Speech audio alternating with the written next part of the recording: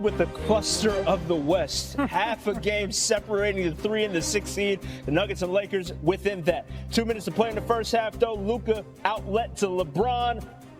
Lakers lead by 11 at the break in the third quarter, early in it. Nuggets now down by 14. Nikola Jokic is. I'm running out of adjectives to describe the big money. The no-looker, the unbelievable finish, too, from Tim Hardaway Jr.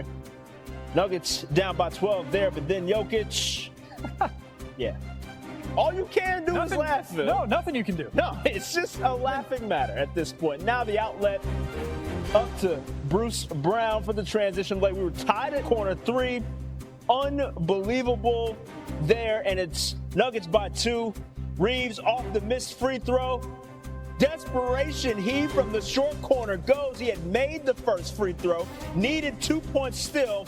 Off the intentional miss, gets it to go. And I love you. That's right. Lakers, the lead. 20 seconds remaining, and Jokic is working from the elbow.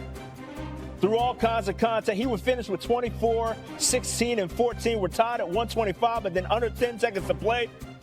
Luka to Don. Fadeaway bucket. Crypto going crazy. Luka finishes with 30, 11, and 13, an OT win for the Lakers. So, Luka, how are the vibes after this one? I felt like it was the best atmosphere since I'm the Laker. You know, the whole crowd was in. You know, it was real special to witness that, and you know, hopefully, it's more times. But you know, I had, how to say, goosebumps a little bit. It was amazing to see and to live that moment. Now, still ahead, Kendrick Perkins joins the show to discuss why he's given up on the Nuggets and their championship aspirations this season. To that third spot, the Lakers just simply will not go away. Is there a chance they could potentially be a dangerous 3 seed if they stay there? Wendy? Dangerous? We could debate the word dangerous. Let me say, I think what JJ said there and what I've seen a little bit from LeBron in recent games is potentially an interesting development. What JJ is implying there is that he had a discussion with LeBron and they kind of decided, LeBron, you're going to yield to Luka and Austin Reaves. Now, what does that mean? Well, if you watch last night's game, and look, it's very difficult to judge a Bulls performance, but if you talk to scouts, they have noticed a general uptick in defensive intensity from the Lakers in the last few weeks, and LeBron especially, and that includes Luka. And so, like last night, LeBron played minutes at center last night. Jackson Hayes was out with injury. Maxi Kleber is out with injury. They needed a center last night. LeBron played center. And LeBron was, playing in shorter spurts with more intensity. Now, this is something that when he talks about changing his role and doing something for the team, maybe this is what happens. Now, I am going to just tell you, we're going to learn a lot about the Lakers in the next 7 games. They play against Denver in a huge game on Saturday, tomorrow night. Then they go on a 6-game road trip. The first 2 games of that are in Houston, a baseball series in Houston. How those 2 games go could very much make a huge difference in the seeding because the tiebreaker is also up for grabs there. And then they go out east where they've got to play against a red-hot Miami team, play against a red-hot Orlando team, play in Detroit against the number 1 seed. If they could very much get battered in the nose across then, we have a different discussion. But if we are seeing here the Lakers who absolutely have improved their defense. Now, they've improved their defense to come to the middle of the pack. But J.J. Redick is selling these guys on playing harder. He's making some changes to his schemes. He's playing more zone. He is coaching very hard to get them better. I see the seedlings of a team that I see a pathway they could make a run.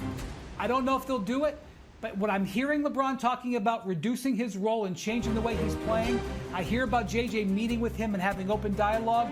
I see Luka's game coming up. I see Reaves' game coming up. There is a pathway there. It could happen. Okay, they still gave up 130 points last night. But yes, locking down a little more defensively maybe on the mind. Vince, go ahead. Yeah, he gave up 130 points to the Chicago Bulls, who aren't trying to do anything. Like, in that second quarter, I think the Bulls shot 67% from the field and like 60% from three. So of all the machinations and everything else that J.J. Redick is trying to do, and I'm not poo-pooing what you're saying, Wendy, I'm saying that this roster just has limitations that I'm not sure strategy or mindset is going to change. Now, getting LeBron in a position where he doesn't have to defend as much room and space, I'm 100% with you. Getting him at the rim where he doesn't have to do much switching, where he can't be hunted and exploited at this stage of his career, which seems to have been the case, I'm 100% with you there. The Lakers, since the All-Star break, 12th in defensive efficiency. That sounds like a middling team, but they were 22nd before that, so they've made an uptick, and I think all of that, or some of that, is at least contributed to LeBron, Austin Reaves, Luka Doncic not playing on the floor as much together. Their net rating was really bad, a -10 in the games they played before the All-Star break. Now they're starting to figure things out. And another thing, Luka Doncic, we just read from Dave McMenamin what he is going through personally and how that's affecting him on the floor. His last 4 games, he's averaged 40. So maybe he's starting to turn the corner and becoming more engaged. I know he got fined for making the money sign towards the refs, but at least he didn't get a technical foul against the Knicks and get thrown out. And then he would have missed today's or last night's game with a suspension. But by and large, I am with Wendy here. I just don't see how they survive that 6-game road trip against all of those good teams in the Eastern Conference. Everything from 3 to 6, and if you include the Phoenix Suns at 7, is so bunched up. Houston, they got their issues. Minnesota has been inconsistent all year. Denver, we're going to talk about a little bit later. I don't see the Lakers being able to sustain their effort on the defensive end to the point that they can hold off those teams. Last year, they were a 3 seed. They got put out in 5 games by Minnesota. I don't see how that changes much this year, even if you have a hyper version of Luka, just because their personnel, to me, cannot sustain this level of play for the next several weeks. Yes, agree. And the Western Conference loaded, yes, but there is space there. Wendy, really quick, before we go to break here, you've covered LeBron your entire career. You just alluded to the fact that he might be taking a back seat a little bit and that, J.J. Redick has had these conversations with him. Did you ever think you'd see the day where LeBron James is taking a back seat? Yes, I did. Because I think one of the things that LeBron has always done is he's always done what he felt his team needed to win. For decades, that was being Mr. Everything.